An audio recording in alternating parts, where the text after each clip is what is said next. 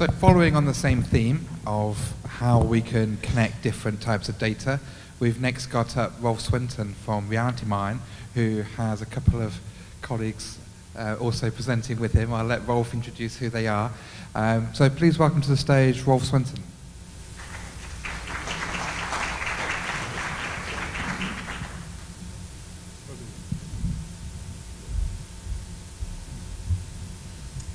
Good morning. It's always the tough slot between you and your stomachs as we run to lunch. But I wanted to quickly introduce myself, Rolfe Swinton. I'm the co-founder of RealityMine, and I'm joined today by two more folks. Chris Shaw, who's the head of our data analytics, and probably more importantly still is Adam Wheeler, who's the VP of research at Spark SMG. And I've asked them to join me today for Chris to give you a sense of really how we work with the data we do, and Adam, more importantly still, about how do our clients make use of the kinds of data we're working with. And it fits very much with what Brian was just talking about, is how do we really leverage lots of different data together to start to answer some important questions. And from our business, we've been trying to answer this very simple question about how do you start to communicate to people in this new, very complicated, multi-screen, multi-channel world. And it's something which everybody here in some way or shape or form is trying to understand, but yet no one can really answer this. Just as we heard earlier this morning with Yahoo, where there's this enormous time people spend on mobile, but yet very little advertising reaching there. And why is that? Because we don't really have the insight to figure out what really are people doing and what's the right way to reach them in that context, much less when people are out in the street, where you see other big anomalies, where, for example, Cisco did a study and found that about 70% of mobile-related search is looking for things in and around you. You know, where's a coffee shop? Where can I go get my tire changed? But yet only 13% of businesses have actually bothered to optimize for mobile search themselves to be found. There's these big inequities in sort of information and insight. And that's really what we're trying to do with our business, is how do we help bring together these different disciplines to actually help you understand really what is the context of consumers' daily lives, and how do you understand as marketers, advertisers, product developers, whatever the case, to make the use of it. And our business is bringing together the insights of what you can get from passive, along the lines of what Brian was just talking about with respect to health. How do we understand what's actually going on? What are people actually doing? But recognize that that is in itself not sufficient, that we need to understand what's the context. And the power of having self-reporting data cannot ever be diminished. There's a reason why surveys are the tool we have. And even though when I first got up here, it was 2 or 3 years ago, the first MRMW was talking about the future of passive, it is still very much in part the future, because the president is still the importance of actually getting people to tell us what they think, what they're doing, why. But also there's another third part to this, which is a piece which we understand all in some ways to be true. We've all probably read Daniel Kahneman's Thinking Fast and Slow. We say behavioral economics is interesting, but in fact it's that context of emotion. How does that shape people? And it's these three parts that we're working together to bring, often in a single source way, together to actually help shape our view on stuff. And we're now, as a business, working with people around the world helping do this, and in different contexts, and using a whole host of tools. And I'll just spend a moment on this because I want to help Chris and Adam explain to you much more specifically exactly how we're using these things to help answer questions around the context of consumers' lives and how you as advertisers, product developers, whatever, can actually get inside their minds and better serve them. And to do that, we have a whole set of tools. Again, some of these are passive, some active, and some to understand emotion, from capturing the mobile behavior, tablet behavior, or PC behavior, to the location where people are, to the apps and search they're using, to listening passively for what shows or ads they're being exposed to seeing and being able to ask questions in the right context when someone goes into a store. What did they buy? Why did they buy that? What didn't they buy? Things along that help us understand what's going on in their lives. Who are they with? How are they feeling? And all of that pours into one view. And this has been, we've been working on developing a system which isn't just, hey, here's a tool, but actually is being used now around the world. So for example, the core of what we're doing is based around active reporting in a diary format we call USA Touchpoints. This is also run in the UK. This diary is the only syndicated data set that gives you a view on consumers' daily lives. And we capture this, where people are, who they're with, the activities they're doing, the media they're consuming, and the emotions they're feeling over a 10-day period. And we do this now. This year we'll capture about 2,500 people. We've used this to MRI data set, projected up to a sample of about 20,000 people that's nationally representative. And with that, we can start to get a very rich sense of the context of where they are, what kinds of media people are consuming, how they get to purchase, how they're feeling, who they're with, the context. And we enrich that then with a whole host of mobile passive data. And this starts to help us when we apply that then to understand what exactly is the context in which we are living their lives, and how do we start as advertisers to reach them. These are the tools we work with. And so I'm going to ask Chris to take you through how we went about looking and applying our tools to solve one very specific question, which was, how do people actually feel? How do they interact with something like a sporting event? Take March Madness, which was just passed. And so I'll let Chris take you through the example of that, then have Adam explain to you exactly how they actually use the data. Thank you, Rolfe. Hi, everyone. So I'm Chris, and it's my pleasure today to talk you through a case study of how we've took these various data streams, ran a project in partnership with Spark to really draw out some interesting insights into what I guess the key question is who is the March Madness viewer? So what is their social setting? What little sort of nuggets of information can we draw out from them to be able to target them better with advertising and really understand them better? So one of the first things we kind of looked at were what is their social setting when they're watching the tournament? So who are they with and where are they? So I think sometimes there's kind of a perception of big sporting events. So take like Super Bowl parties and the like, where everyone's hanging about with their friends, they're all around the TV eating potato chips or whatnot. And what we've sort of found is that wasn't really the case for March Madness. You know, there's so many games on, there's so many games within the tournament that the majority of the time people are on their own watching it. And if not on their own, they're with, you know, close family. Indeed, they're actually more likely to be with their pets than their friends when they're watching this tournament. So, so like on Monday, I was watching the Heat game, and you know, I wasn't having a party. I was on my own eating too big a bag of pretzels. So, pretty lame party, right?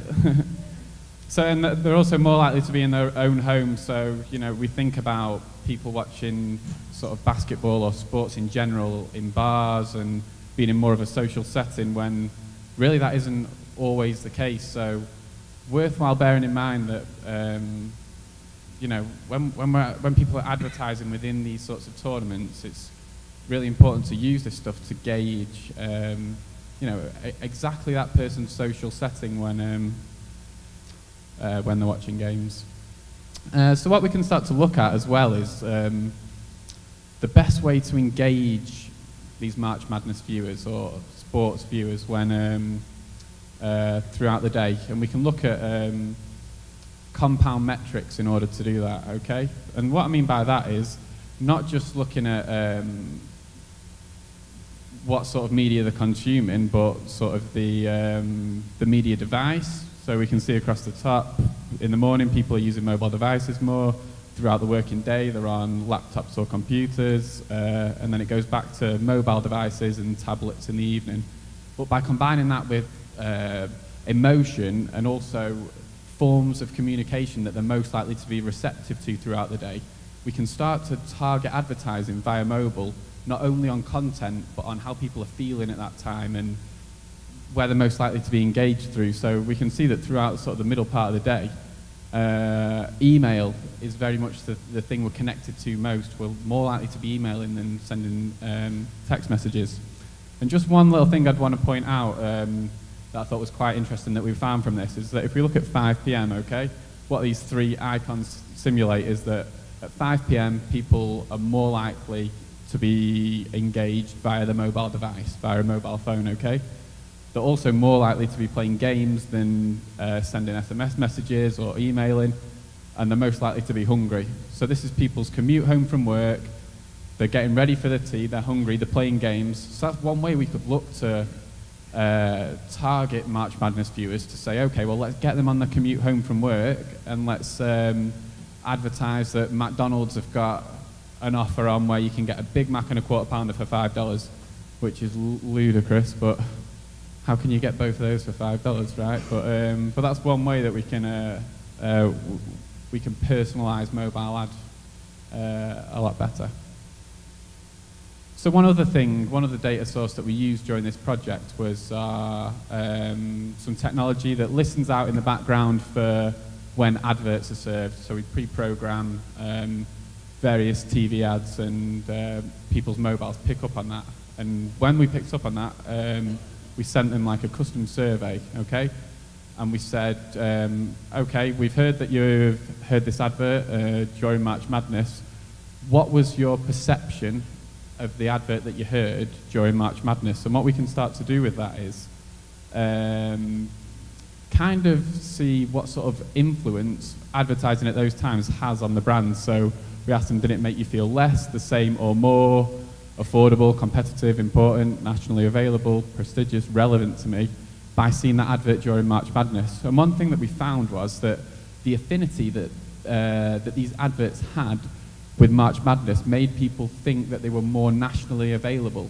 So you can start to see and have, like, very soon after the event, surveys to start to know how that made people feel about that brand. And, you know, some of this stuff isn't an exact science. So one thing that was mentioned in the panel earlier was the crossover from data geek to really telling the story. And if we were to look at the top apps that were used between people that watched the tournament and people that didn't watch the tournament, it's very similar. But what we can start to pick out by interpreting and developing insight from that data is looking at the little intricacies and differences between apps that people are using, commonly used apps, total app duration. And, you know, we pulled out a few sort of cool little insights that help us build this pictorial reference of what people's phone might look like. This is like a window into their lives. And what we noticed within people that watched the tournament were that their news apps were more sport orientated. So we had like Yahoo Sports and ESPN Streak were on there. They still did a lot of the things that people that didn't watch the tournament did. So they're all playing Candy Crush Saga, right?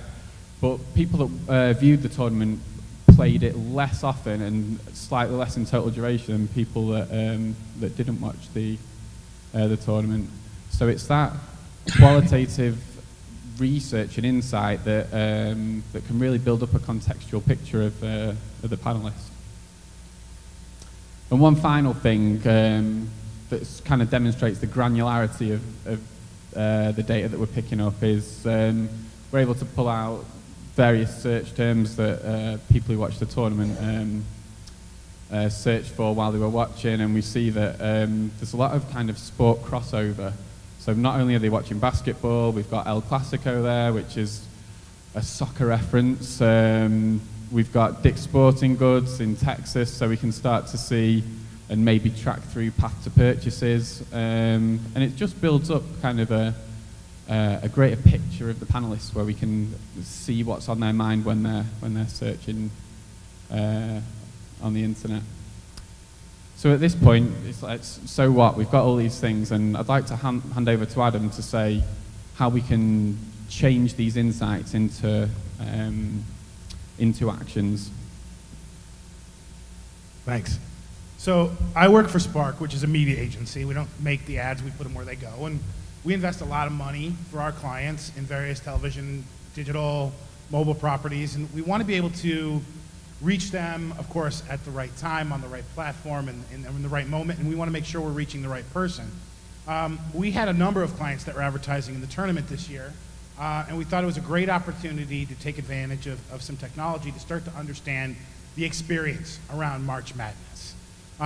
We wanted to learn a little bit more for our clients how well they'd invested their money in the tournament, and we wanted to start to learn a little bit more broadly about how sports works among consumers, about how we can do things better, smarter, more strategically down the road, and we found out a couple of things that were really interesting. A lot of this can be applied to pretty much any big sporting tournament, but we did find some interesting things out about March Madness in particular.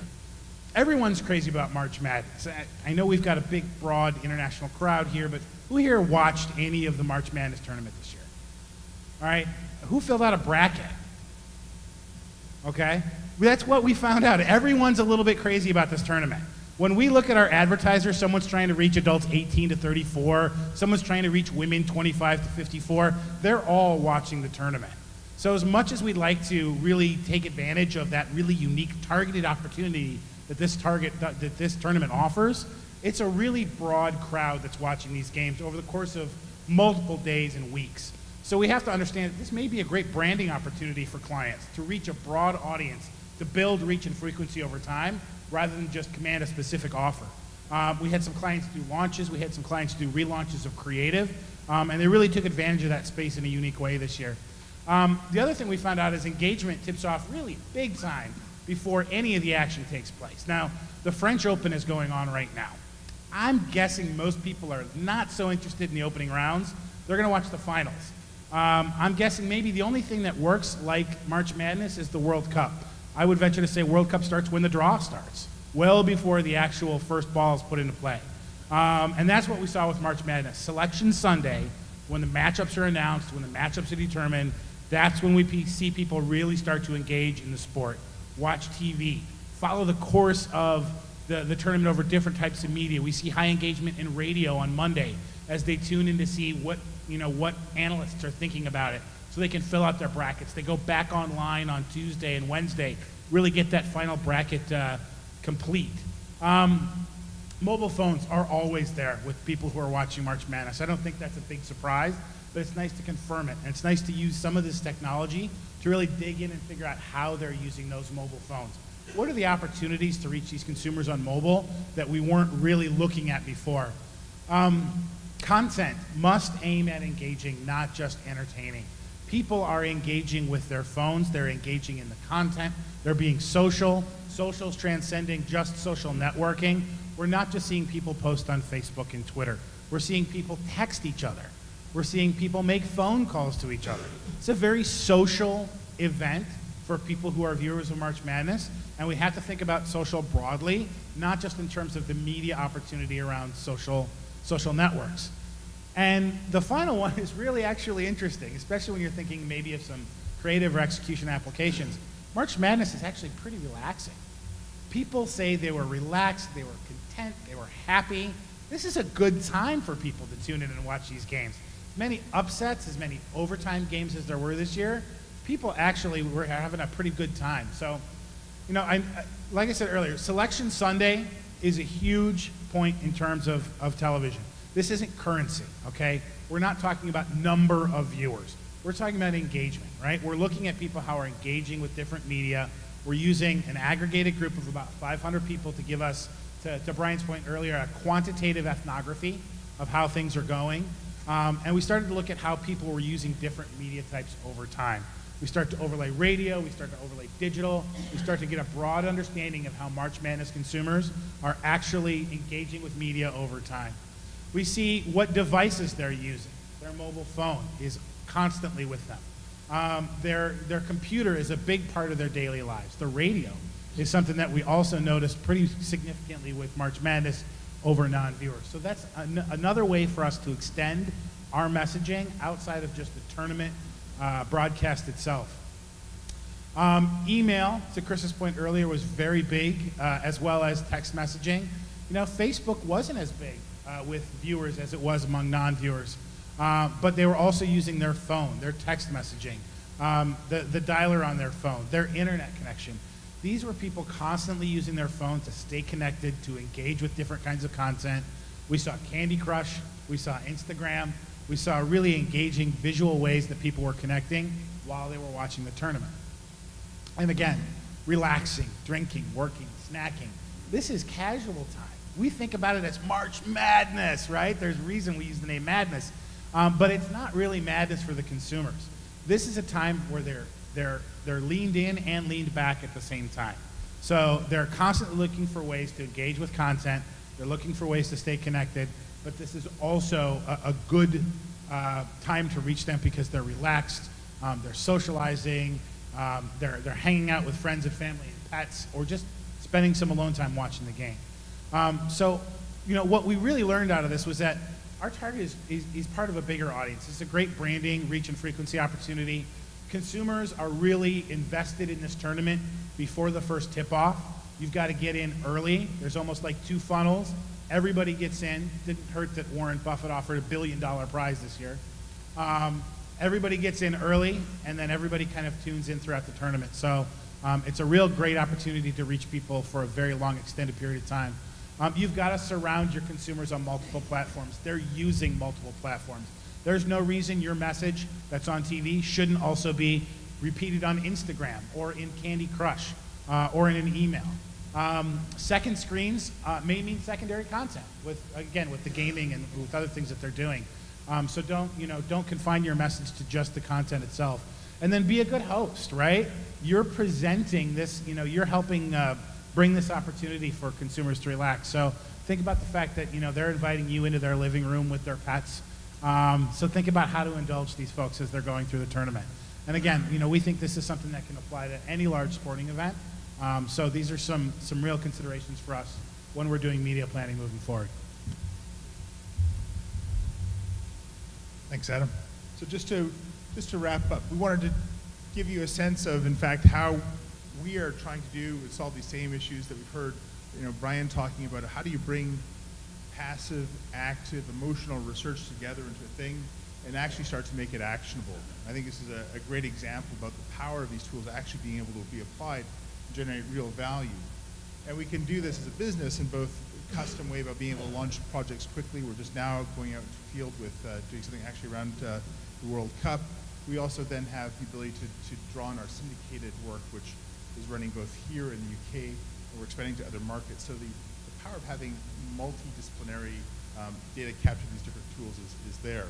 And it starts to give us the ability to have fun as well. And for all of those of you who are joining the world, we see, like, for example, even with something like Candy Crush Saga, which has come up a lot as we've heard today, you start to be able to sell stories around how do things like this start to influence all of our lives, with Candy Crush Saga clearly eating away people's sleep time as well as all the productive work time and whatnot. In any case, thank you for your time. If we've got any questions, we're happy to take them just now. Thank you.